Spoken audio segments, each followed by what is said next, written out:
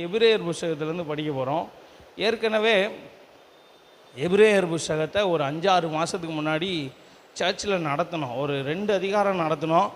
அதுக்கப்புறம் என்ன ஆயிடுச்சுன்னா நடத்த முடியாமல் போயிடுச்சு. மாலை ஆராதனையே வைக்க முடியல. இப்போ திரும்ப அதை நம்ம சொல்லிக் கொடுக்கலான்னு நினைக்கிறோம்.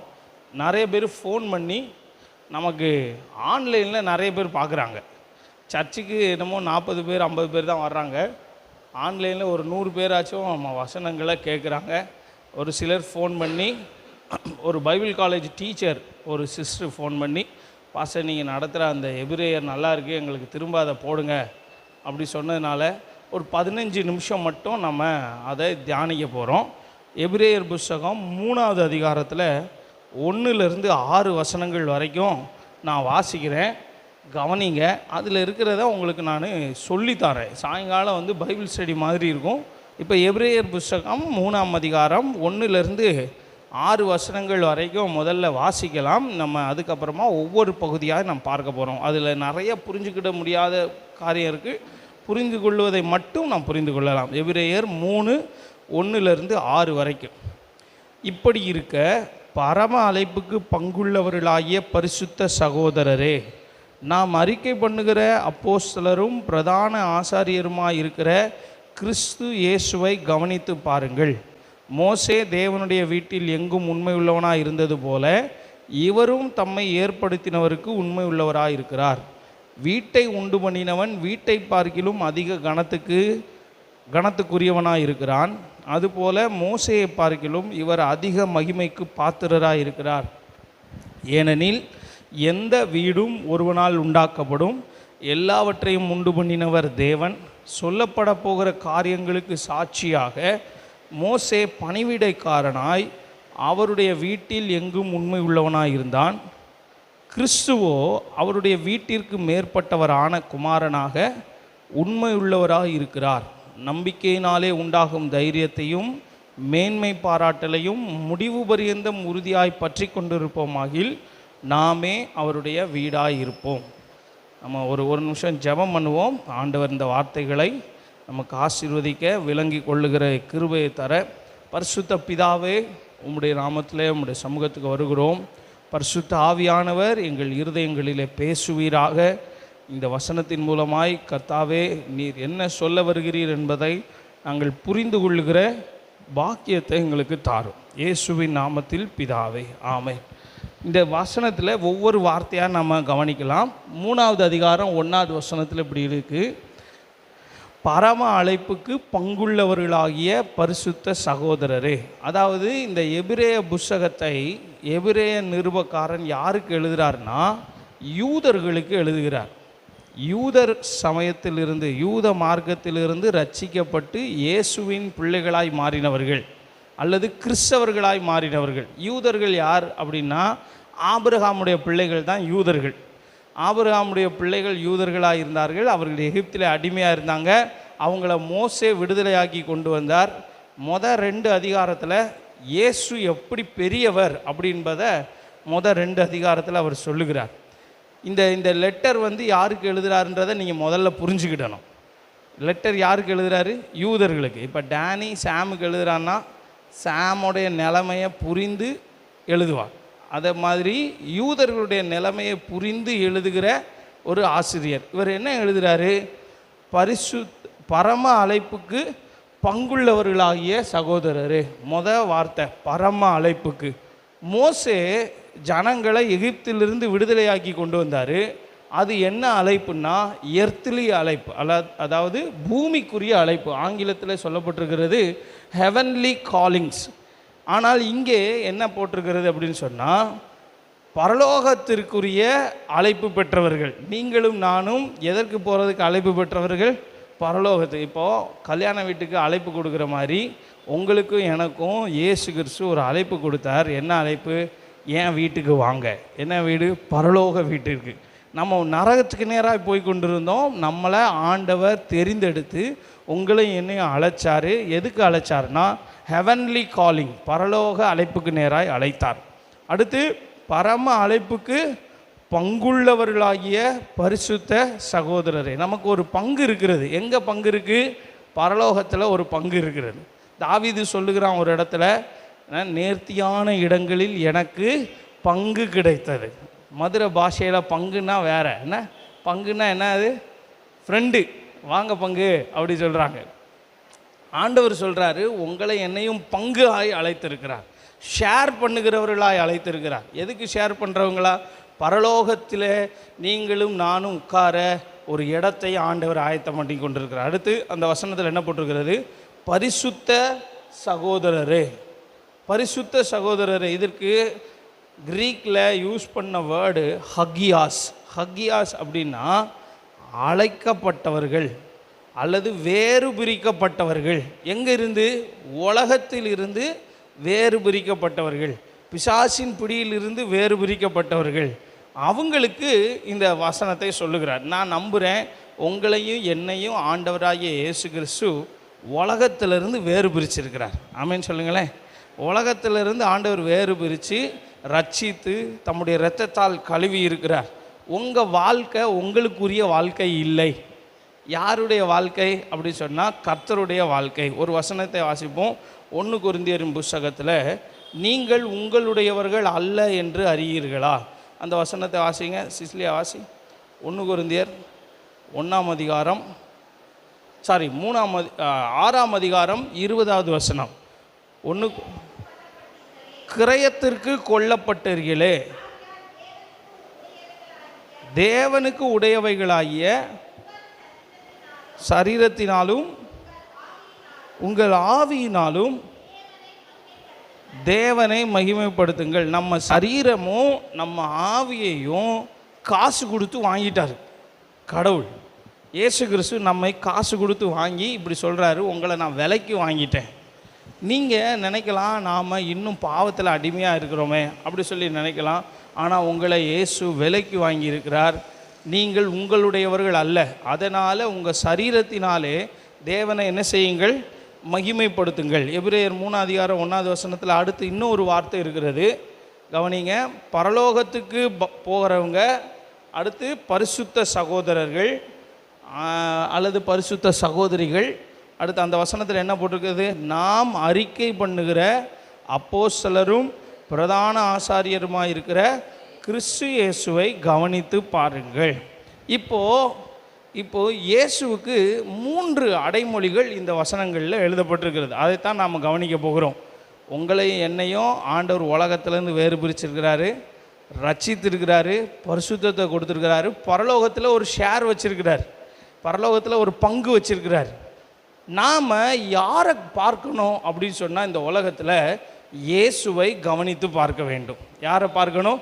இன்றைக்கி காலையில் நம்ம படித்தோம், இயேசு நம்மளை பார்க்கிறவர். ஏன்னா எல் ரோயி அப்படின்னு சொல்லி படித்தோம். அவர் நம்மை காண்கிறவர். நாமும் அவரை கவனித்து பார்க்க வேண்டும். இயேசு சொன்னார், காக்கைகளை கவனித்து பாருங்கள், அவைகள் விதைக்கிறதும் இல்லை, அறுக்கிறதும் இல்லை, களஞ்சியத்தில் சேர்த்து வைக்கிறதும் இல்லை, அவைகளை உங்கள் பரமபிதா பிழைப்பூட்டுகிறார். அப்படி சொல்கிற இயேசுவை நாம் பார்க்க வேண்டும். இந்த வசனத்தில் சொல்லியிருக்கு, இயேசுவை கவனித்து பாருங்கள். இயேசுவுக்கு என்ன அடைமொழி கொடுத்துருக்கு? அடைமொழி அந்த வசனத்தில் இப்படி எழுதப்பட்டிருக்கிறது, நாம் அறிக்கை பண்ணுகிற அப்போஸ்தலர். அப்போஸ்தலர் அப்படின்னா என்ன அர்த்தம் அப்படின்னு சொன்னால் அனுப்பப்பட்டவன் அர்த்தம். அப்போஸ்தலர்னா என்ன அர்த்தம்? அனுப்பப்பட்டவன். எதோடு கூட அனுப்பப்பட்டவன்? அதிகாரத்தோடு அனுப்பப்பட்டவன். இயேசு 12 சீஷர்களை அனுப்புகிறார். எப்படி அனுப்புகிறார்னா அதிகாரத்தோடு அனுப்புகிறார். பிசாசுகளை துரத்தவும், வியாதிகளை சொஸ்தமாக்கவும், பிதா குமாரன் பரிசுத்தாவியின் நாமத்தினாலே ஞான ஸ்நானம் கொடுக்கவும் அதிகாரப்படுத்தி அனுப்புகிறார். இங்கே இயேசுவுக்கு ஒரு பெயர் கொடுக்கப்பட்டிருக்குது. இயேசு ஒரு அப்போஸ்தலர், அப்பாஸ்டல். எங்கிருந்து அனுப்பப்பட்டவர்? பரலோகத்தில் இருந்து அனுப்பப்பட்டவர். எப்படி? பிதா தம்முடைய அதிகாரத்தினால் அவரை அனுப்பினார். நீ பூமிக்கு போய் வேலைகளை செய்து முடித்துட்டு வா அப்படின்னு சொல்லி அதிகாரப்படுத்தி அனுப்பினார். அதனால தான் ஒரு இடத்துல இயேசு சொல்லும்போது சொல்லுகிறார், வானத்திலும் பூமியிலும் சகல அதிகாரம் எனக்கு கொடுக்கப்பட்டிருக்கிறது. இன்றைக்கி நிறைய பாஸ்டர்ஸ் எப்படி பேர் வச்சுக்கிறாங்கன்னா அப்பாஸ்டல் அப்படின்னு சொல்லி பேர் வைத்துக்கிறாங்க. அப்போஸ்தலர்கள் அப்படின்னு சொல்கிறாங்க. அப்போஸ்தலர்னால் ஒரு குறிப்பிட்ட வேலையை செய்து முடிக்கிறதுக்காக அங்கே அனுப்பப்படுகிறார்கள். இயேசு கிறிஸ்து எப்படிப்பட்டவர் என்றால் ஒரு குறிப்பிட்ட வேலையை செய்வதற்காக பிதாவினிடத்திலிருந்து அதிகாரத்தோடு இறங்கி வந்தவர். அடுத்து ரெண்டாவது இயேசுவுக்கு என்ன அடைமொழி கொடுக்கப்பட்டிருக்கிறது? அவர் ஒரு பிரதான ஆசாரியன். இந்த லெட்டர் யாருக்கு எழுதுகிறாருன்னு சொன்னேன் முதைய, யூதர்களுக்கு. ஏன்னா யூதர்களுக்கு நல்லா தெரியும் ஆசாரியன்னா யார், ஆசாரியனுடைய வேலை என்ன. ஆசாரியன் ஜனங்களை தேவனுக்கு முன்பாக ரெப்ரசன்ட் பண்ணுகிறவர். பழைய ஏற்பாட்டில் எல்லாரும் ஆலயத்துக்குள்ளே போயிட முடியாது, தேவாலயத்துக்குள்ளே போயிட முடியாது, ஆசரிப்பு கூடாரத்துக்குள்ளே போயிட முடியாது. வருஷத்தில் ஒரே ஒரு முறை பிரதான ஆசாரியர் போவார். அப்படியே யாராயிலும் போயிட்டா அவங்க மரித்து போய் விடுவார்கள். வருஷத்தில் ஒரு முறை போவார். எப்படி போவார்னா, ஜனங்களுடைய பாவத்திற்காகவும் தன்னுடைய பாவத்திற்காகவும் பிராயச்சித்தம் பண்ணும் விதமாய் இரத்தத்தை கொண்டுட்டு போவார். காளை, இளம் காளை, வெள்ளாட்டு கடா அவைகளின் இரத்தத்தை கொண்டு போய் பரிசுத்த ஸ்தலத்துக்குள்ளே போவார். பரிசுத்த ஸ்தலத்தில் பெரிய திரைச்சீலை இருக்கும், ஒரே திரைச்சீலை. அதை எடுத்துகிட்டு இப்படி டபக்குன்னு இப்படி தூக்கிட்டுலாம் போக முடியாது. அவர் என்ன செய்யணும்னா, பணிஞ்சு குனிஞ்சு முழங்கால் போட்டு அதில் ஊர்ந்து தான் போக முடியும். அதனால தான் சங்கீதக்காரன் சொல்கிறாரு, நாம் அவருக்கு முன்பாக பணிந்து குனிந்து முழங்கால் படியிட கடவும் வாருங்கள். பிரதான ஆசாரியன் அப்படி தான் போவார். இப்போ இந்த பிரதான ஆசாரியர் நம்முடைய இயேசு பிரதான ஆசாரியராக இருக்கிறார். அவர் இளம் காளை, வெள்ளாட்டு கடா இவைகளின் இரத்தத்தை கொண்டு போகவில்லை. அவர் எதை கொண்டுட்டு போனார்னா, தம்முடைய சொந்த இரத்தத்தை அவர் கொண்டு போனார். அவர் பிரதான ஆசாரியன்.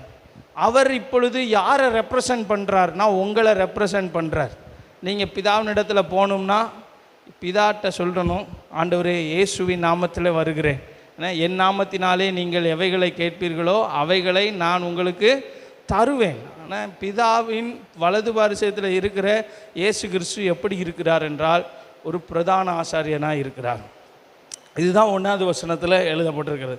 ரைட். 2வது வசனத்தில் பாருங்கள், மோசேயை பற்றி ஜனங்களுக்கு நல்லா தெரியும். மோசே யாருன்னா, யூதர்களுக்கு ஒரு ஹீரோ. தமிழ்நாட்டில் இன்னும் ஹீரோ யார் தெரியுமா?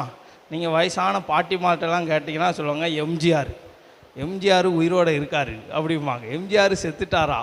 எம்ஜிஆர் மாதிரி மோசே யூதர்களுக்கு ஹீரோ. அவர் ஹிஸ்டாரிக்கல் மேன். இப்போது இந்த எபிரேய நிறுவக்காரன் எப்படி சொல்கிறாருன்னா, மோசேயை காட்டிலும் இயேசு கிறிஸ்து மிகவும் பெரியவர். மோசேயை அவர்கள் மதித்தார்கள். ஏனென்றால் மோசே தான் நியாயப்பிரமாணத்தை கொடுத்தாரு அப்படின்னு நினச்சாங்க. ஆனால் மோசேயை காட்டிலும் இந்த இயேசு பெரியவர். 2வது வசனத்தை பாருங்கள். மோசே தேவனுடைய வீட்டில் எங்கும் உண்மையுள்ளவனாக இருந்தது போல இவரும் தம்மை ஏற்படுத்தினவருக்கு உண்மை உள்ளவராக இருக்கிறார். 3வது இயேசு எப்படிப்பட்டவர்? 1வது சொன்னேன், அவர் அப்போஸ்தலன், வானத்திலிருந்து அதிகாரத்தோடு இறங்கி வந்தவர். 2வது பிரதான ஆசாரியர். 3வது அவர் உண்மை உள்ளவர். ஆமென் சொல்லுங்களேன். நம்முடைய தேவன் உண்மை உள்ள தேவன். இயேசு கிறிஸ்து உண்மை உள்ளவர். எப்படி என்றால், மோசேவை நம்பி ஆண்டவர் ஒரு வேலை கொடுத்தாரு. அந்த வேலையை செய்து முடிக்கிறதுக்கு மோசே உண்மையாக இருந்தான். அதே போல் இயேசுவை நம்பி தேவன் ஒரு வேலையை கொடுத்தார். அந்த வேலையை செய்து முடிக்க இவர் உண்மை உள்ளவராக இருந்தார். ஆமென் சொல்லுங்களேன். நம்முடைய ஆண்டவர் உண்மை உள்ளவர். இதில் 2 காரியம் இருக்குது. உண்மை உள்ளவர்னா அவர் ஏமாற்றவே மாட்டார், அவர் பொய் சொல்லவே மாட்டார். நானே வழியும் சத்தியமும் ஜீவனுமாக இருக்கிறேன், நான் பொய் சொல்லுகிறது இல்லை, நான் உண்மை உள்ளவர் என்று சொல்லுகிறார். அதே நேரத்தில் உங்கள் வேலைகளை நிறைவேற்றுகிறதில் அவர் உண்மை உள்ளவராக இருக்கிறார். பவுல் சொல்லும்போது சொல்லுகிறார், என்னை அழைத்தவர் உண்மை உள்ளவர், அவர் என்னை ஏமாற்றவே மாட்டார். ஆமென் சொல்லுங்களேன். உங்களுக்கு எனக்கு ஒரு கான்ஃபிடென்ட் இருக்கணும், நம்ம ஆண்டவர் ஒரு உண்மை உள்ள ஆண்டவர். அவர் பொய் சொல்லுகிறது இல்லை, மனம் மாறுகிறது இல்லை, அவர் ஒரு காரியத்தை சொல்லியும் செய்யாதிருக்கிறவர் அல்லவே. ஆமென். 3வது இயேசு உண்மை உள்ளவர். 4வது அந்த வசனத்தில் எழுதப்பட்டிருக்கிறது, 3வது வசனத்தில் அவர் அதிக மகிமைக்கு பாத்திரராக இருக்கிறார். 3வது வசனத்தில் என்ன எழுதியிருக்கிறது? மோசேயை பார்க்கிலும் இவர் அதிக மகிமைக்கு பாத்திரராய் இருக்கிறார். 4வது அவர் அதிக மகிமைக்கு. யூதர்கள் எல்லாரும் யாரை கொண்டாடினாங்க அப்படின்னா, மோசேயை கொண்டாடினாங்க. மோசே தான் பெரிய ஆள், மோசே தான் பெரிய ஆள், மோசே தான் அப்படின்னு சொல்லிக்கிட்டு இருந்தாங்க. ஆனால் இங்கே சொல்லுகிறார், மோசேயை விட அதிக மகிமைக்கு பாத்திரர் யார் என்றால் ஆண்டவராய் இயேசு கிறிஸ்து. ஏன்? மோசே வேணால் உங்களை கானானுக்கு கொண்டு போயிருக்கலாம், ஆனால் இந்த இயேசு கிறிஸ்து பரலோகம் வரைக்கும் கொண்டு போகிறவர். ஆமென் சொல்லுங்களேன். நாம் வேணால் இந்த உலக ஆசீர்வாதத்தை மோசே மூலமாக அனுபவிக்கலாம், ஆனால் பரலோக ஆசீர்வாதம் யார் மூலமாகத்தான் வரும்? இயேசுவின் மூலமாகத்தான் வரும். அதனால இவர் அதிக மகிமைக்கு பாத்திரராக இருக்கிறார். அடுத்து 4வது வசனத்தை பாருங்கள். எந்த வீடும் ஒருவனால் உண்டாக்கப்படும், எல்லாவற்றையும் உண்டு பண்ணினவர் தேவன். அடுத்து 5வது வசனத்தையும் வாசிச்சிருவோம். சொல்லப்பட போகிற காரியங்களுக்கு சாட்சியாக மோசே பணிவிடைக்காரனாய் அவருடைய வீட்டில் எங்கும். மோசையை பற்றி இங்கே அவன் என்ன சொல்கிறாரு? மோசே ஒரு வேலைக்காரன். மோசே யார்? ஒரு வேலைக்காரன். ஆனால் இயேசு எப்படிப்பட்டவர்? 6வது வசனத்தில் சொல்லப்பட்டிருக்கிறது, இயேசு வேலைக்காரன் அல்ல, கிறிஸ்துவோ அவருடைய வீட்டிற்கு மேற்பட்டவரான குமாரனாக இருக்கிறார். நல்லா கவனிங்க. யூதர்களுக்கு ஒரு கான்செப்ட் நல்லா புரியும், ஒரு ஐடியா அவங்க மனசில் இருக்குது. வேலைக்காரன்னா யார்? வீட்டு பிள்ளை யார்? அவன் சர்வெண்ட். இங்கே இயேசு யார்? ஒரு சன். அவர் குமாரன். வேலைக்காரன் வேலையை செய்வான். மோசே வேலையை செஞ்சுட்டு போயிட்டார். ஆனால் அந்த வீட்டில் முக்கியமான ஆள் யார்? சன்னு, மகன் தான், குமாரன். இவர் தான் அடுத்த வாரிசு. யார்? இயேசு கிறிஸ்து. இயேசு கிறிஸ்துவை பற்றி வசனம் சொல்லுகிறது, அவர் எல்லாவற்றிற்கும் மேற்பட்ட குமாரனாயிருக்கிறார். பிதாவுடைய வேலைக்காரன் யார்? மோசே. இப்போ பாஸ்டர்ஸ் நாங்கள்லாம் யாருன்னா பிதாவுடைய வேலைக்காரர்கள். இயேசு கிறிஸ்துவை பற்றி வசனம் சொல்லுகிறது, அவர் ஒரு குமாரனாக இருக்கிறார். சரி, நீங்கள் சொல்லுங்கள், வேலைக்காரன் பெரியாளா, குமாரன் பெரியாளா? குமாரன் தான் பெரியாள். ஒரு குமாரன் குட்டி பிள்ளையாக இருக்கலாம். அது வரைக்கும் மேனேஜர் கொஞ்சம் அதிகாரம் செலுத்துவார். ஏய், நேரம் உட்கார்றா, ஒழுங்காக உட்கார்றா, அவங்க அப்பா கிட்ட சொல்லி கொடுத்துருவேண்டா அப்படி சொல்லி அதிகாரம் செலுத்துவார். ஆனால் பிள்ளை தான் வாரிசு. இங்கே வசனம் சொல்லுகிறது, இயேசு கிறிஸ்து குமாரனாக இருக்கிறார். 6வது வசனத்தை பாருங்கள். கிறிஸ்துவோ அவருடைய வீட்டிற்கு மேற்பட்டவரான குமாரனாக உண்மையுள்ளவராக இருக்கிறார். நம்பிக்கையினாலே உண்டாகும் தைரியத்தையும் மேன்மை பாராட்டலையும் முடிவு பரியந்தம் உறுதியாய் பற்றி கொண்டு இருப்போமாகில் நாமே அவருடைய வீடாக இருப்போம். சரி, இந்த லெட்டரை யாருக்கு எழுதினாருன்னு சொன்னேன் முதல்ல? யூத கிறிஸ்தவர்களுக்கு. அவங்கள பற்றி சொல்கிறாரு, பரலோக அழைப்புக்கு பங்குள்ளவர்கள் நீங்கள் யாரை கவனித்து பார்க்கணும்? இயேசுவை. இயேசு எப்படிப்பட்டவர் சொன்னால், அவர் அப்போஸ்தலன், பிரதான ஆசாரியர், உண்மை உள்ளவர், அவர் ஒரு குமாரன் அப்படின்னு சொல்கிறார். இதெல்லாம் சொல்லிவிட்டு நீங்கள் அவரை பார்த்துக்கிட்டே மட்டும் இருக்கக்கூடாது. உங்களுடைய நம்பிக்கையை உறுதியாய் பற்றி கொள்ள வேண்டும். இயேசுவை பற்றி தெரிந்து கொண்டால் மட்டும் போதாது, இயேசுவின் மேல் வைத்த நம்பிக்கையை உறுதியாய் பற்றி கொள்ள வேண்டும். ஆமேன்னு சொல்லுங்களேன். அந்த வசனத்தில் என்ன சொல்லப்பட்டிருக்கிறது? இப்போ குட்டி பிள்ளைங்கிட்டலாம் சொல்லுவோம்ல, நீ நல்ல பிள்ளையாக இருந்தால் உனக்கு போகையில் ஐஸ்கிரீம் வாங்கித்தானே. அது மாதிரி ஆபிரகாம் பார்க்கான், ஐஸ்கிரீம்னு உடனே டவக்குன்னு பார்க்குறான். நல்ல பிள்ளையாக இருந்தால் ஐஸ்கிரீம் வாங்கித்தாரேன்னு சொல்கிற மாதிரி, நீங்கள் ஆண்டவரை உறுதியாய் பற்றி கொண்டால் நீங்கள் எப்படி இருப்பீர்கள்? அவருடைய வீடாய் இருப்பீர்கள். அவருடைய வீடுனா என்ன? இப்போ நம்ம உட்காந்துருக்கிறோமே இந்த சர்ச்சு, இது வீடா? இல்லை, இது பில்டிங்.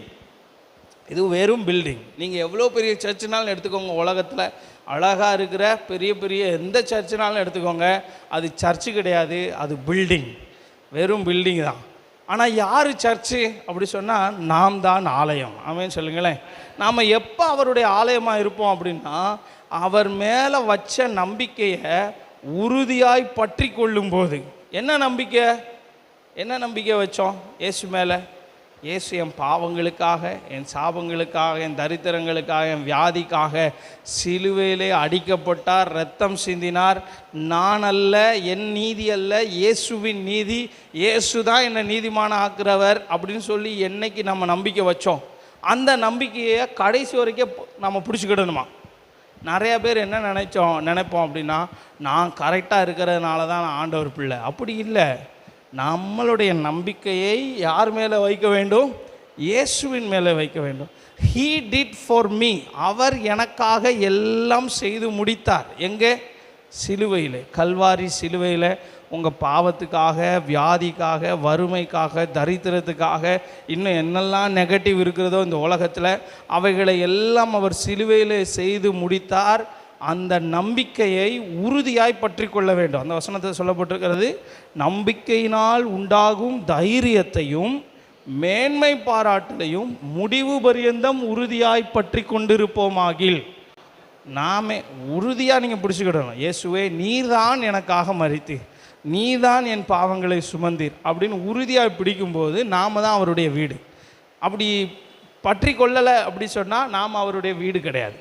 ஏன்னா ஒவ்வொரு நாளும் நம்முடைய விசுவாசத்தை அவர் மேலே வைக்கணும். நீங்கள் பரிசுத்தமாக வாழ்கிறதுக்கு உங்களை நீங்கள் நம்பக்கூடாது, உங்கள் சரீரத்தை நீங்கள் நம்பக்கூடாது, உங்கள் எண்ணத்தை நம்பக்கூடாது. தேவன் மேலே விசுவாசம் வைக்க வேண்டும். எப்போ கான்ஃபிடென்ட் வரும் தெரியுமா? உங்களுக்காக ஒருத்தர் ஒன்று செஞ்சு முடிச்சிட்டாரு அப்படின்னு நீங்கள் நம்பும்போது கான்ஃபிடென்ட் வரும். ஆமேன்னு சொல்லுங்களேன். உங்கள் வாழ்க்கையை, உங்கள் சூழ்நிலையை மாற்ற நீங்கள் மறிக்க வேண்டிய இடத்துல அவர் மறித்து உங்கள் பாவத்தையும் சாபத்தையும் எடுத்துக்கொண்டார் என்பதை எப்போ நீங்கள் நம்புறீங்களோ அப்போ கான்ஃபிடென்ட் வரும். அந்த கான்ஃபிடென்ட்டோடு நீங்கள் ஜெபம் பண்ணும்போது அந்த ஜெபத்தை இயேசு கேட்பார், தேவன் கேட்பார். ஆமேன்னு சொல்லுங்களேன். நிறையா நேரம் பிசாசு என்ன செய்வான்னா, உங்கள் கண்ணை இயேசுக்கிட்ட இருந்து எடுத்து உங்கள் மேலே வைத்து விடுவான். நிறையா நேரம் நம்ம கண்ணை தேவனிடத்திலிருந்து எடுத்து நம்ம மேலே வைத்து விடுவான். நீ பாவம் செஞ்சிட்ட, நீ இதுக்கு தகுதி இல்லை, நீ யார் தெரியுமா, நீ பாவி, நீ இவ்வளவு அக்கிரமம் பண்ணுகிற, நீ இவ்வளவு அசுத்தமானதை யோசிக்கிற அப்படின்னு சொல்லுவான். ஆனால் நம்ம கண்ணை அடிக்கடி நம்மளே எடுத்து தேவன் மேலே வைக்கணும். அதனால தான் 3ஆம் அதிகாரம் 1ஆம் வசனத்தில் வாசித்தோம், பிரதான ஆசாரியரும் அப்போஸ்தலரும் ஆகிய இயேசுவை கவனித்து பாருங்கள், அவரை பார்த்துக்கிட்டே இருங்க. ஏன்னா உங்கள் கண்களை அவர் மேலே வைங்க. அவர் உங்களுக்காக, பாவத்திற்காக, உங்கள் சாபத்திற்காக மரித்தார். அவருடைய வீடாய் நாம் இருப்போம். 6ஆவது வசனத்தின் கடைசி பகுதியில் சொல்லுகிறது, நாமே அவருடைய வீடு. சரி, வீட்டுக்குள்ளே போகும்போது உங்களுக்கு என்ன நினைப்பு வரும்? உலகம் ஃபுல்லாக சுற்றிட்டு வர்ற ஆளு எங்களுக்கு தான் தெரியும். வெளியில் போயிட்டு வெயில், மழை, உஷ்ணத்தில் களைச்சி போய் வரும்போது வீட்டுக்குள்ளே போயிட்டால் ஒரு நிம்மதி, அப்பா நம்ம வீட்டுக்கு வந்தாச்சு.